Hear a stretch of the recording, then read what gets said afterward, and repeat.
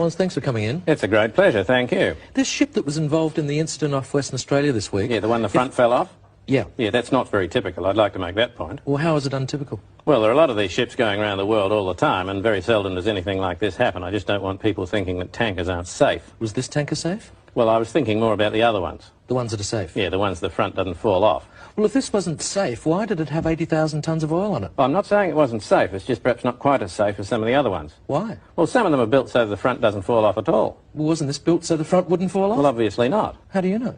Well, because the front fell off and 20,000 tonnes of crude oil spilled into the sea caught fire. It's a bit of a giveaway. I just like to make the point that that is not normal. Well, what sort of standards are these oil tankers built to? Oh, very rigorous maritime engineering standards. What sort of thing? Well, the front's not supposed to fall off for a start. And what other things? Well, there are regulations governing the materials that they can be made of. What materials? Well, cardboard's out.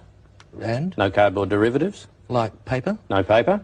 No string, no sellotape. Rubber? No, rubber's out. They've got to have a steering wheel. There's a minimum crew requirement. What's the minimum crew?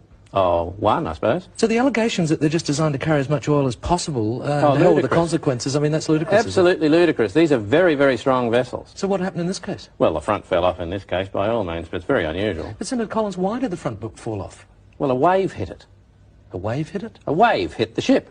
Is that unusual? Oh, yeah. At sea, chance in a million. So funny. But I was starting to think, like, is there a deeper meaning here, a deeper thought? First off, these guys are hilarious.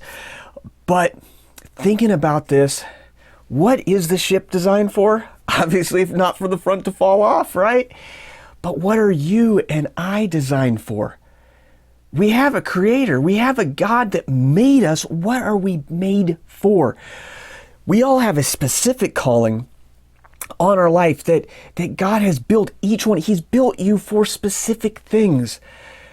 And we need to cry out to Him. Try and find, God, what have you made me for right here, right now? But there's also a bigger picture that we are all called to the same thing. And that is to bring glory to God. To do everything we can to bring glory to the Father in heaven. And that's through praise, but that's living our life to give Him glory, to thank Him for what He has done, to thank Him for sending His Son to live and to die for you.